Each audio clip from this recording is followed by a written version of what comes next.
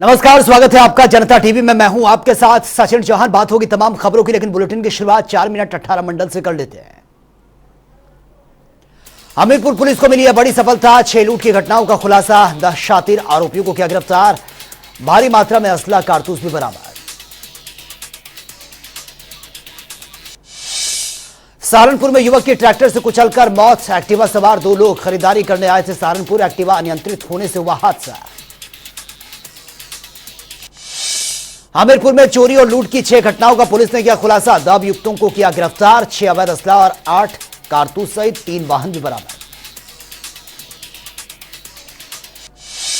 अंबेडकर नगर में दुकानदार को ग्राहक से पैसे मांगना पड़ा भारी। दबंगों ने की दुकानदार की बेरहमी से पिटाई। दुकान को किया है आग के हवाले। आधे से ज्यादा दुकानें जलकर खाक। देवरिया में दबंगों ने युवक की लाठी डंडों से जमकर की पिटाई। घायल युवक को मरा समझकर हुए फरार। पुलिस नहीं कर रही है मामले में जांच पड़ताल। कानपुर देहात में तेज रफ्तार ऑटो अनियंत्रित होकर पलटा। ऑटो में बैठी सवारियां गंभीर रूप से हुई घायल। सूचना मिलते ही मंगलपुर थाना प्रभारी निरीक्षक ने घायलों को अपनी गाड़ी से अस्पताल पहुंचाया। रामनगर में वन विभाग की टीम पर वन तस्करों ने किया हमला। यूकलिप्टिस से भरी ट्रैक्टर ट्रॉली को लेकर तस्कर हुए फरार। मामले में विभाग का वाहन चालक भी इसमें घायल बताया जा रहा है। एटा में भारतीय किसान यूनियन भानु के कार्यकर्ता पहुंचे हैं विकास भवन। विकास भवन में तैनात बाबू पर लगाया पैसे लेने का आरोप। भाकियों भानु के कार्यकर्ताओं ने जमकर की नारेबाजी। उन्नाव में प्रेमिका से मिलने आए प्रेमी को बंधक बनाकर दी है तालिबानी सजा। प्रेमी प्रेमिका को एक रस्सी से जकड़ा। ग्रामीणों ने खूब बनाया तमाशा। सहारनपुर में अंबेडकर चौक पर युवक और पुलिस के बीच हाथापाई। पुलिस पर हाथ उठाता देख लोगों में हुआ आक्रोश। मां का कहना मानसिक रूप से विक्षिप्त है बेटा। फर्रुखाबाद के लाल गेट पर निजी वाहन स्टैंड के सामने अज्ञात अधेड़ हुआ जहर खुरानी का शिकार। करीब 1 घंटे भर फुटपाथ पर अचेत अवस्था में पड़ा रहा अज्ञात अधेड़। शहर कोतवाली क्षेत्र का है मामला। उन्नाव के बांगरमऊ लखनऊ मार्ग पर दर्दनाक हादसा। बाइक सवार और नील गाय में जबरदस्त भिड़ंत। सड़क हादसे में पत्नी की दर्दनाक मौत, पति गंभीर रूप से घायल। वन विभाग की टीम पर वन तस्करों ने किया हमला। यूकलिप्टिस से भरी ट्रैक्टर ट्रॉली को छुड़ाकर ले गए तस्कर। बाजपुर कोतवाली में तहरीर दी गई। उत्तर रेलवे के लखनऊ मंडल के 41 कर्मचारी हुए सेवानिवृत्त। सम्मान के प्रपत्र देते हुए किया गया सम्मान। बांदा में 9 मार्च को पुजारी की हत्या का मामला। हत्या के आरोप में पुजारी के बेटे समेत 3 लोग गिरफ्तार। संपत्ति के लालच में गांव के ही 2 लोगों के साथ मिलकर बेटे ने किया था पिता की हत्या। अलीगढ़ में संदिग्ध परिस्थितियों में दंपति की मौत। दंपति की मौत से गांव में दहशत। अलीगढ़ के थाना बल्ला इलाके का मामला।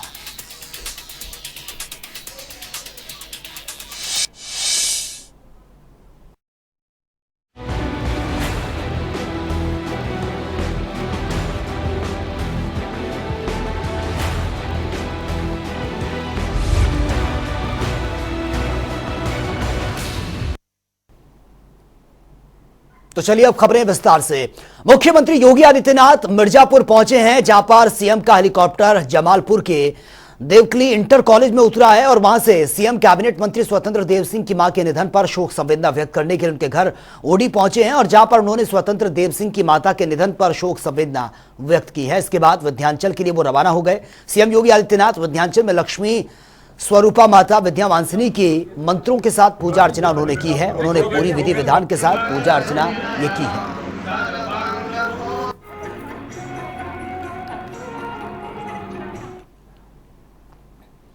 और वही राज्य निर्वाचन आयोग नगरीय निकाय चुनाव की तैयारियों में इस वक्त जुटा हुआ है। आयोग आज से मतदाता सूची संक्षिप्त पुनरीक्षण अभियान शुरू करने जा रहा है। शुक्रवार को ड्राफ्ट वोटर लिस्ट का प्रकाशन होगा। इसके बाद शनिवार 11 से 17 मार्च तक दावे और आपत्तियां प्राप्त की जाएंगी। इनके निस्तारण के बाद अंतिम मतदाता सूची का प्रकाशन 1 अप्रैल को यह होगा। दरअसल उत्तर प्रदेश स्थानीय निकाय समर्थित पिछड़ा वर्ग आयोग ने ओबीसी आरक्षण को लेकर यह रिपोर्ट तैयार कर ली है।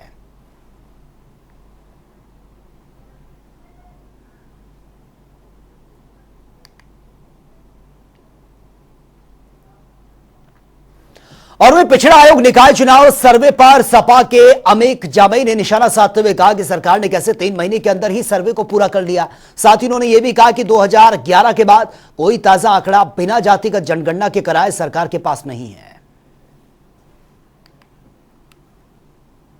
में कौन निकाय चुनाव के आरक्षण की जो सर्वे है, सवाल यह है कि जब कोई नया आंकड़ा 2011 के बाद आबादी का अभी तक नहीं है, सोशियो इकोनॉमिक बैकवर्डनेस का कोई आंकड़ा नहीं है, तो 3 महीने में कौन सा ऐसा आंकड़ा पूरे प्रदेश में जुटा लिया गया और ओबीसी आयोग के जो अधिकारी थे उनके जूते तुड़वा दिए गए। सीएम साहब ने रिपोर्ट तो ले ली, सुना है कि आज कैबिनेट की बैठक में उसका अनुमोदन भी हो गया है, लेकिन जो पिछड़े वर्ग का भागीदारी है, माननीय नेताजी ने मंडल कमीशन की सारी सिफारिशात उत्तर प्रदेश में लागू करी। जिला पंचायत में महिलाओं को, सभी वर्ग की महिलाओं को भागीदारी मिली। यही सामाजिक न्याय है। और किसी भी कीमत पर समाजवादी पार्टी नगर निकाय में ओबीसी आरक्षण में किसी तरह का घात प्रहार, माननीय अखिलेश यादव जी, हम सब लोग बर्दाश्त करने वाले नहीं हैं। और नगर निकाय चुनाव को लेकर गठित पिछड़ा वर्ग आयोग की सिफारिशों को योगी सरकार ने मंजूरी दे दी है। मंत्री परिषद की बैठक के बाद सरकार ने निर्णय लिया। नगर विकास मंत्री ए के शर्मा ने लोक भवन में आयोजित प्रेस कॉन्फ्रेंस में इसकी जानकारी देते हुए कहा कि निकाय चुनाव को लेकर 5 दिसंबर को अधिसूचना जारी हुई थी। इसके बाद कुछ याचिकाएं उच्च न्यायालय में दाखिल की गई हैं, जिन पर न्यायालय ने आरक्षण की प्रक्रिया को आगे समर्पित आयोग बनाकर जांचने के आदेश दिए थे।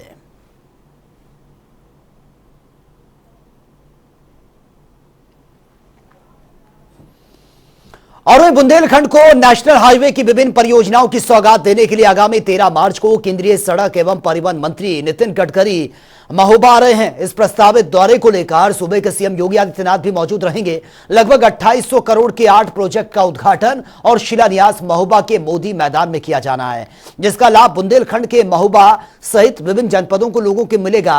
और केंद्रीय मंत्री नितिन गडकरी और सीएम योगी के प्रस्तावित दौरे की तैयारियों को लेकर जिलाधिकारी ने आज अधिकारियों के साथ बैठक कर कार्यक्रम स्थल का जायजा भी लिया है।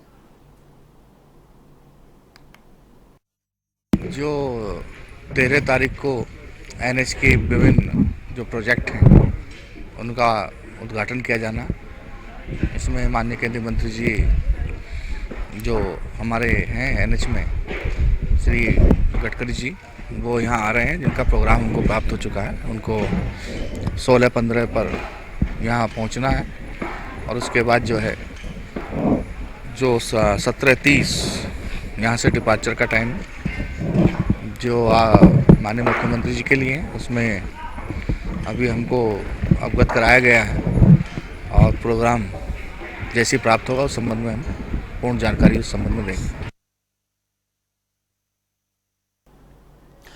उमेश पाल हत्याकांड के बाद सील किया गया मुस्लिम हॉस्टल को खुलवाने के लिए छात्रों ने जिलाधिकारी को ज्ञापन दिया है। हॉस्टल के छात्रों ने जहां एक तरफ ज्ञापन दिया तो वहीं छात्रों ने ट्रस्टी के घर का भी घेराव कर दिया। छात्रों ने प्रशासन से यह मांग की है कि छात्रावास को जल्दी खुलवाया जाए। वहीं छात्रावास के ट्रस्टी बरकत अली ने कहा है कि हम प्रशासन से बात करके जल्द ही छात्रावास को खुलवाने की कोशिश कर रहे हैं। उमेश पाल हत्याकांड के बाद जहां सदाकत की संलिप्तता मिली थी इस पूरे मामले में और मामला मुस्लिम हॉस्टल पहुंचा था, मुस्लिम हॉस्टल के रूम नंबर 36 से साड़ी षड्यंत्र रचने की बात आई थी, जिसके बाद वहां पर कार्रवाई हुई और हॉस्टल को सील कर दिया गया।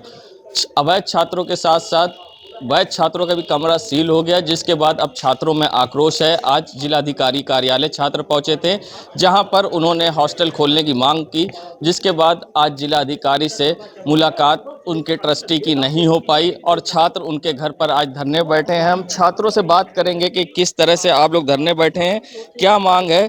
हमारे साथ यहाँ पे छात्र अतीक अहमद है। अतीक अहमद, ये बताइए किस तरह से आप लोग यहाँ धरने बैठे हैं, क्या मांग है। यहाँ के ट्रस्टी का कहना है कि जिलाधिकारी पास गए थे, मुलाकात नहीं हुई और वो कल आप लोग की मांग को लेकर वहाँ पर जाएंगे और हॉस्टल वैध छात्रों का खुलवाने की कोशिश करेंगे। देखिए, अगर हॉस्टल जिला प्रशासन से हम लोगों ने जब बात की तो जिला प्रशासन ने एकदम साफ साफ लहजे में कहा कि ये कार्रवाई हमारे द्वारा नहीं की गई है, ये आपके हॉस्टल प्रशासन द्वारा करवाई गई है।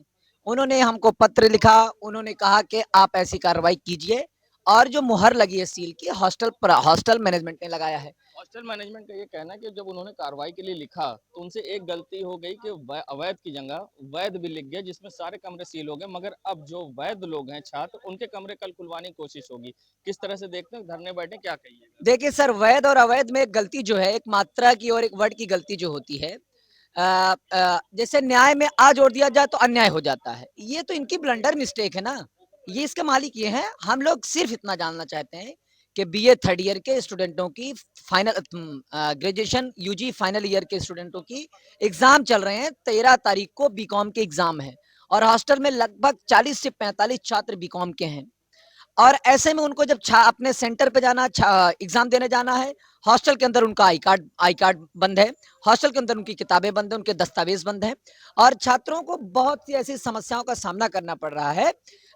जैसे उनके दस्तावेज नहीं है, उनके पास उनके खुद के सामान नहीं है, वो छात्रावास की सील खुले और छात्रावास में अंदर जाओ। और एक अहम बात यह है कि इबादत गाहों को कभी बंद नहीं किया जाता है।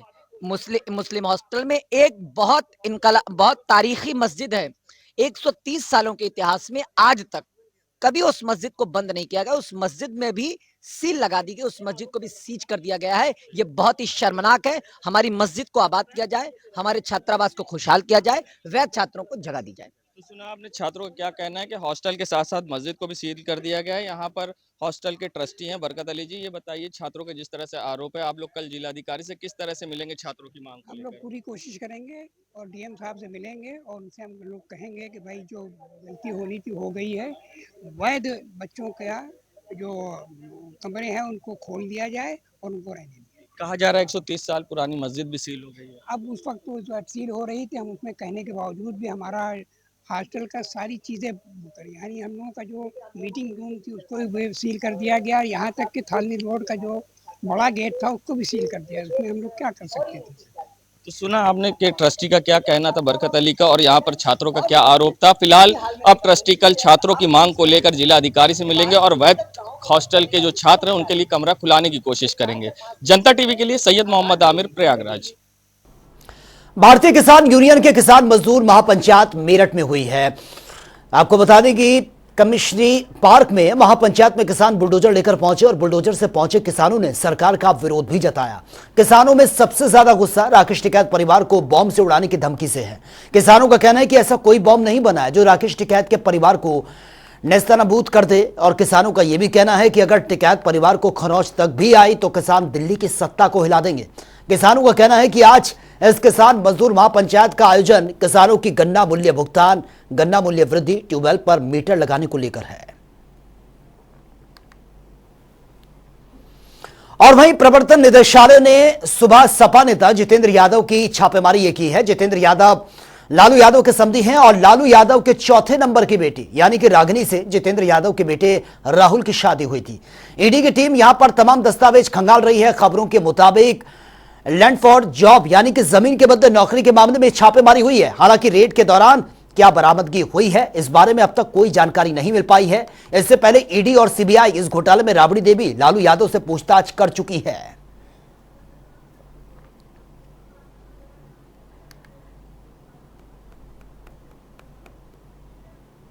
सरकार ने बद्रीनाथ केदारनाथ मंदिर समिति के मुख्य कार्याधिकारी को यात्रा काल के दौरान दोनों धामों के लिए विशेष कार्यपालक मजिस्ट्रेट की शक्तियां ये दी हैं। गृह अपर मुख्य सचिव राधा रतूड़ी की तरफ से इस संबंध में आदेश जारी कर दिए गए हैं। और राजधानी देहरादून में देहरादून विधानसभा में आवास मंत्री डॉक्टर प्रेमचंद अग्रवाल और सितारगंज के स्थानीय विधायक समेत कैबिनेट मंत्री सौरभ बहुगुणा ने आवासों का आवंटन किया। आपको बता दें कि प्रधानमंत्री आवास शहरी योजना के अंतर्गत उधम सिंह नगर के सितारगंज उकरौली में 1168 AWS आवास के लाभार्थियों को लंबे समय से इस योजना का इंतजार था, लेकिन अब यह पूरी हो चुकी है। इसके बाद से मंत्रियों ने भी राहत की सांस ली है।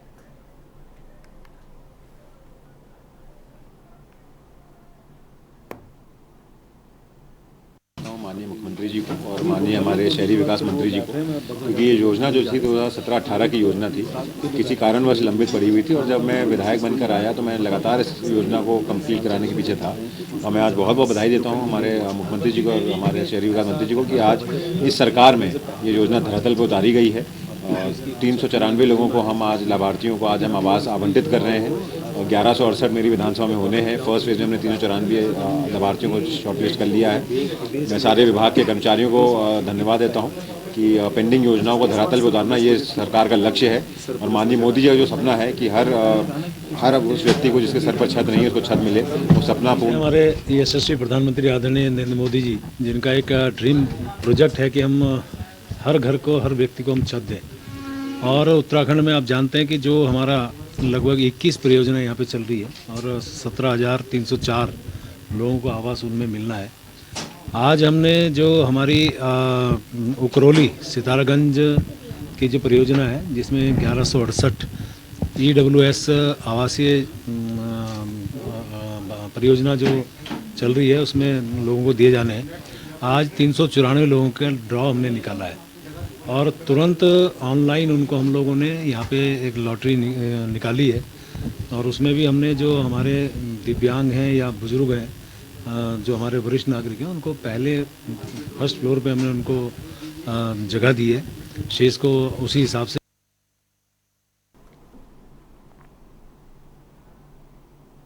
और वहीं हरिद्वार में नंदा गौरा योजना में फर्जीवाड़े की खबरें सामने आई थी, जिसके बाद अब कैबिनेट मंत्री रेखा आर्या ने मामले में बड़ी कार्रवाई की है। रेखा आर्या को विभिन्न माध्यमों से इस फर्जीवाड़े की लगातार सूचनाएं, खबरें मिल रही थी, जिसके बाद हरिद्वार में साल 2022 और 23 की नंदा गौरा योजना में गलत तरीके से लाभ प्राप्त करने वाले अपात्र लाभार्थियों के अभिभावकों और उसमें संलिप्त विभागीय अधिकारियों और कर्मचारियों के खिलाफ सुसंगत धाराओं में केस दर्ज के आदेश दिए और साथ ही सभी जिम्मेदार व्यक्तियों के खिलाफ तत्काल प्रभाव से कार्रवाई करने के सख्त निर्देश भी दिए गए हैं।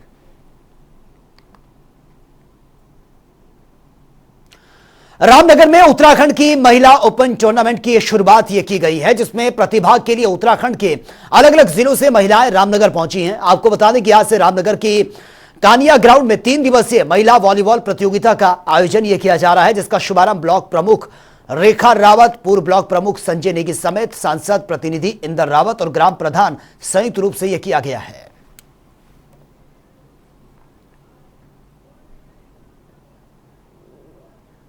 स्वर्गीय महेश चंद्र जोशी जी के स्मृति में यह टूर्नामेंट यहाँ पर आयोजित किया जाता है और पिछले 8 वर्षों से लगातार यह टूर्नामेंट यहाँ पर किया जाता है। और पहले क्षेत्रीय स्तर पे, मतलब उत्तराखंड स्तर पर और ऑल इंडिया स्तर पे यह प्रतियोगिता होती थी, लेकिन विगत 4 वर्षों से हम लगातार महिला ओपन टूर्नामेंट यह उत्तराखंड स्तर का यहाँ पे कराते हैं।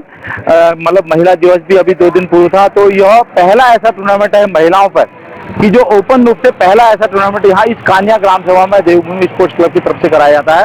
सर, हमें तो अच्छा लगता है क्योंकि उत्तराखंड में तो टूर्नामेंट बहुत कम होते हैं गर्ल्स के लिए। यहाँ पे एक टूर्नामेंट होता है अभी, मतलब और तो कोई टूर्नामेंट होते नहीं है गर्ल्स के लिए उत्तराखंड में, या फिर हमें आउट ऑफ स्टेट जाना पड़ता है टूर्नामेंट खेलने। तो हम मतलब जब से यहाँ पे चैंपियनशिप होती है, जब से यहाँ पे गर्ल्स के टूर्नामेंट हम लोग हर साल आते हैं पार्टिसिपेट करने।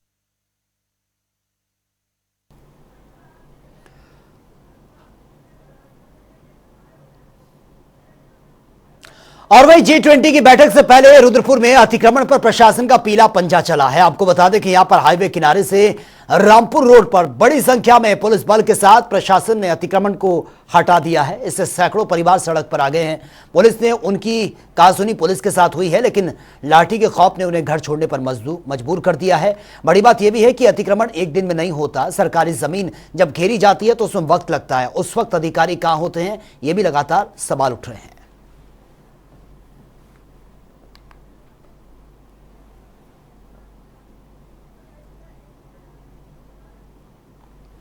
और मानवाधिकार संरक्षण एवं भ्रष्टाचार निवारण समिति देहरादून उत्तराखंड के जरिए एक निजी होटल में प्रेस वार्ता का आयोजन किया गया। प्रेस वार्ता में समिति के जरिए विगत 15 सालों से नशे के खिलाफ किए जा रहे कार्यों की जानकारी दी गई है।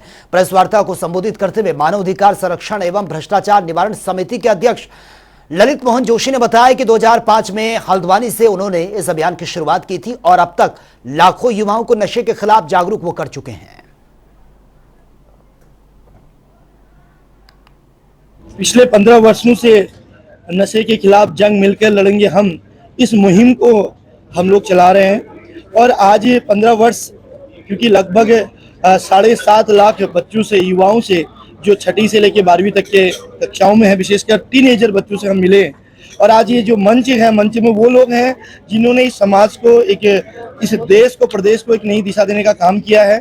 और निश्चित रूप से इन सबकी उपस्थिति और हमारा ये जो प्रयास है युवाओं के बीच युवा संवाद, क्योंकि मेरा ये मानना है कि जिस तरह से एक देश का सैनिक सरहद में रह के अपनी ड्यूटी को निभाता है, हर व्यक्ति चाहे वो शिक्षा के क्षेत्र में हो, स्वास्थ्य के क्षेत्र में हो, वो इंसानियत के नाते आज के सबसे बड़ा जो प्रश्न चिन्ह है वो नशा है, उसको लड़ने के लिए, उससे समाज को बचाने के लिए, एक एक बच्चे को बचाने के लिए उसको आगे आना होगा।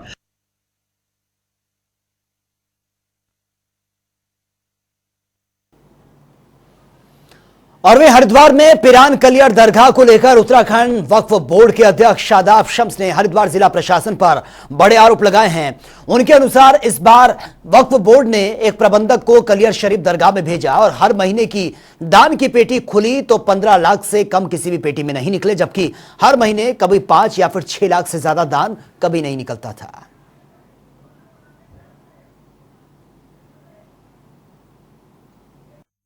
सीसीटीवी कैमरा लगाने के लिए हम अपने यहाँ से बोर्ड से प्रस्ताव करके भेज चुके हैं। जिला प्रशासन को प्रस्ताव भेजा जा चुका है कि तमाम दरगाह के आसपास भी, अंदर भी, बाहर के क्षेत्र में भी सीसीटीवी कैमरा लगा के किसी एजेंसी को उसकी जिम्मेदारी देनी चाहिए। लेकिन मैं ताज्जुब कर रहा हूँ कि लगातार हमारे बोर्ड के प्रस्तावों को भी जिला प्रशासन हल्के में ले रहा है। ये ठीक नहीं है। हम कई बार इसके बारे में टिप्पणी कर चुके हैं कि इस तरह की ढीला ढवाली बिल्कुल बर्दाश्त नहीं की जाएगी, लेकिन इसमें लगातार डिले हो रहा है। मैं इस डिले की बारे में माननीय मुख्यमंत्री से भी चर्चा करूंगा। किसी कीमत पर ढीला ढवाली बर्दाश्त नहीं की जाएगी।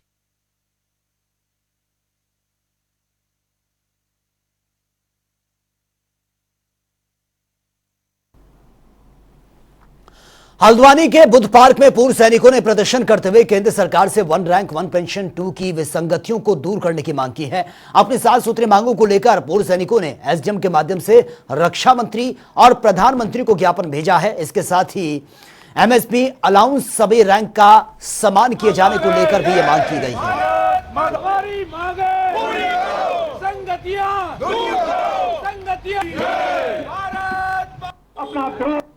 जो अभी कुछ दिन पूर्व हमारा पूर्व सैनिकों के लिए जो है OROP 2 का गठन करने के बाद जिस प्रकार से अधिकारियों ने हमारे OROP को हाईजैक करके हम जवानों की अनदेखी की गई है, जबकि मूल रूप से या मुख्य रूप से पहले से भी यह बना हुआ है कि OROP केवल जवानों को दिया जाएगा, जवानों जैसियों तक।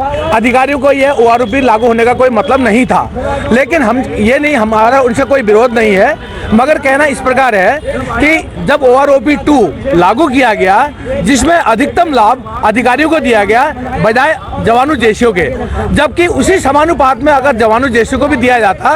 और हम पूर्व सैनिकों की जितनी भी गतिविधियां हैं जो उनके साथ अन्याय या उनकी कमियां, उनको पेंशन से संबंधित, विधवाओं को पेंशन से संबंधित या उनके बच्चों से संबंधित कोई भी समस्या सरकार की तरफ से जो अलाउंसेज या बेनिफिट नहीं मिलते, उसके लिए हम लड़ाई लड़ते हैं। और अभी जो OROP 2 जो 20 जनवरी को भारत सरकार ने घोषणा करी है, उसके बाद हम पूर्व सैनिक सारे आहत हो गए। आहत इसलिए हुए कि उसमें जो हमको मिलना चाहिए था, हमने 2014 को जो मिला उसमें भी हम लोग असंतुष्ट थे। हम सब ज्ञापन देंगे OROP के संबंध में जो जनता धरना प्रदर्शन चल रहा है। एमएसपी का मुद्दा है, OROP का मुद्दा, बहुत सारे मुद्दे हैं। उन मुद्दों को लेकर के उनकी जो विसंगतियां हैं उनके बारे में हमारे साथ अन्याय हुआ है। हमको सरकार जो है वो बहुत कम पेंशन दे रही है, जबकि हमारे अधिकारियों को बहुत ज़्यादा दे रही है। तो इस संबंध में हम मेमोरेंडम जो है उप जिलाधिकारी तक जाएंगे और वहाँ ये देके आएंगे हम सारे सैनिक यहाँ से जुलूस निकल के। उत्तराखंड परिवहन विभाग के जरिए 19वें रोडवेज डिपो के रूप में अस्तित्व में आए बागेश्वर रोडवेज डिपो कोरे आश्वासनों के सहारे ये चल रहा है। आलम यह है कि परिवहन विभाग ने बागेश्वर डिपो के लिए अल्मोड़ा और पिथौरागढ़ डिपो से पुरानी घिसी पिटी खटारा बसें उपलब्ध करवाई थी, जो कि लंबे रूट में चलने में सक्षम नहीं है। वहीं रोडवेज डिपो में कर्मचारियों का टोटा पड़ा हुआ है, जुगाड़ लगाकर ही कर्मचारियों की व्यवस्था ये की जा रही है।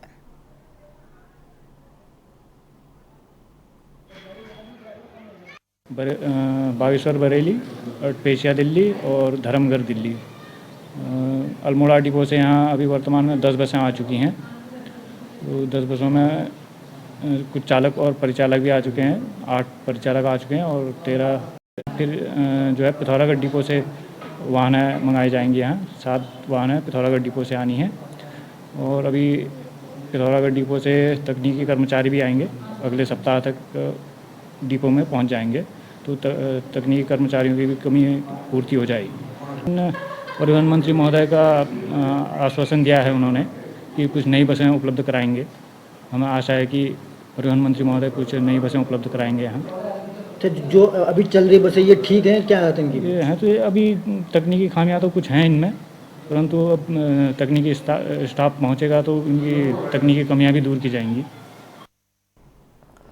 तो फिलहाल इस बुलेटिन में मेरे साथ इतना ही, लेकिन तमाम खबरों के लिए आप बने रहिए जनता टीवी के साथ। नमस्कार।